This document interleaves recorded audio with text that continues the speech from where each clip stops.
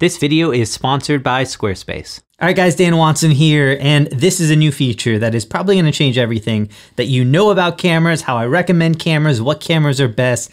This is going to be awesome. If you're new here to the channel and you want to see us do crazy awesome stuff with crazy awesome cameras, feel free to subscribe. Let me know what kind of videos you want to see next, but let's get into it. This is going to change everything. So this story all started last week when Adobe released a new feature called Enhance. Magnification times 100 for starters.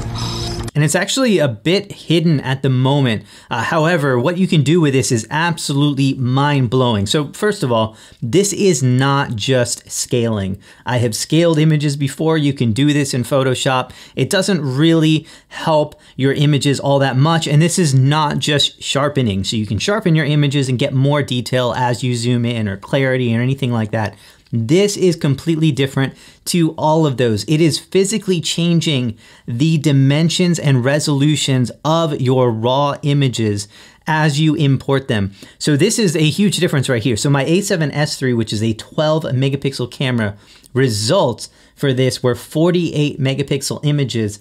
My Canon EOS R6, which is a 20 megapixel sensor, actually had 80 megapixels of resolution when I was done with this. So basically blowing away the R5 in terms of resolution. So you are going to get 4 times the resolution whenever you implement this change right here. So let's say you're working on some high resolution monitors. That means that when you go into 100% of these images, you will actually be going way further into the image because they're higher resolution. If you are doing any kind of pixel editing like skin detail or sharpening or any kind of skin correcting, this is going to be a massive difference. Or let's say you just shot some images on the S3 and you want to deliver them to a client and don't want to deliver 12 megapixel images because that doesn't look as good. You can now be delivering 48, 50 megapixel images or higher depending on your camera. So not only did it work, it actually works with a twist that will completely change how you approach cameras. But before we get to that twist, I got to say thank you to Squarespace for allowing me to make content like this and for sponsoring this video. If you guys need a new website, or maybe you just need new features on your website like e-commerce and scheduling and a whole bunch of stuff like that, go ahead and check out squarespace.com. So obviously Squarespace makes it crazy easy to build a new site with templates, customizable blocks for adding in new content, and even the ability to search through thousands of images to help you get started. And there are just some insane tools for photographers and videographers, from custom galleries that allow you to password protect them for sharing privately with clients, and the ability to add in e-commerce to be able to sell your products online as well. I was able to upload my camera guides so I could sell them straight through my site in just a matter of minutes. There's also a full scheduling system, so you can actually have your clients sign up directly for their sessions online. So go ahead and check them out, guys. It's completely free to get started. Just use my coupon code LearningCameras when you build something awesome, and you can go live with that site today. So first, let's talk about how to actually use this feature. And right now it's in Adobe Camera Raw, although I would probably expect it to come to Lightroom at some point in the future. But right now, basically anytime you open up a new file in Adobe Camera Raw, you'll have that typical Adobe Camera Raw interface, but go to this overflow menu and you will find the Enhance button in there. Click on that and Adobe will do its enhancement magic for you and give you a before and after representation of your image. They also give you like an estimated time frame, which for me always said 5 minutes, but it never actually took more than about 5 seconds, so I'm not sure what that's all about. But Adobe will create a new DNG file at the new resolution with the same file name, but with the word enhanced at the end of it.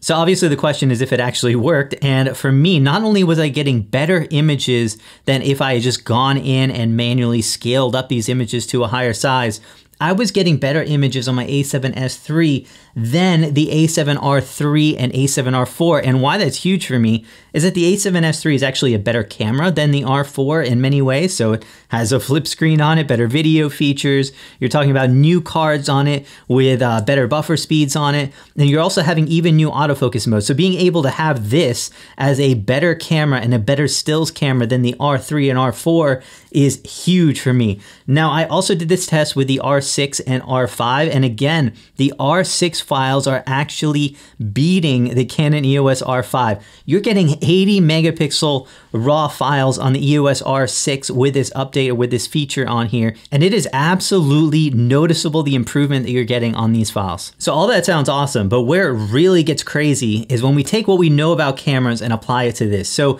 basically anytime we have a lower resolution sensor, that means that each pixel can actually be larger, which means it can absorb more light. And that is what helps make these low resolution sensors actually better in low light than high resolution sensors. And so like cameras like the Sony a7S III are kind of known as that low light beast camera. So what I did is I actually shot all of these images again at 25,000 ISO. And this is a ISO that these a7S III is going to perform better than the R4. But what happens when I also apply this enhance feature? So what I ended up seeing is that the a7S III has an almost identical amount of detail, but a significant amount less grain. So what's almost a bigger deal on this is that the R4 had pretty much lost all of its color information, and the enhanced S3 files held onto it perfectly while also having less grain overall. Essentially, the S3 images were fully usable even at 48 megapixels with these enhanced files, and there is no way that I would use these R4 files at this 25,000 ISO. So now I did the same test with the R6 and R5, and basically the same results here, although to a little bit lesser extent. So the R6 absolutely has more detail in this case because it's higher resolution and lower noise. And this is definitely going on with that color too, where the R6 is having more color information than the R5. So probably not a night and day difference here. I would say it's more of about half a stop, but either way, you're getting better performance in low light on the R6 and the R5 when using this feature, and a huge difference between the S3 and the R4. So I'm not sure if this is just camera nerdism, but you guys let me know what you think in the comments below, because to me, this might even change the entire megapixel race, because I would personally prefer to have lower resolution files that are gonna give me better low light performance and then be able to upsample them, then start with high resolution files and not having as good image quality, and really maybe even not having the ability to go down in sample size. For example, the R4 does not have the ability to shoot in medium raw or small raw. So basically, if you shoot on this camera, you are stuck with over 60 megapixel files, and that means that these are just huge files. You're gonna be suffering on card space, and also the buffer doesn't perform as well because they are just these massive files. So being able to have cameras like this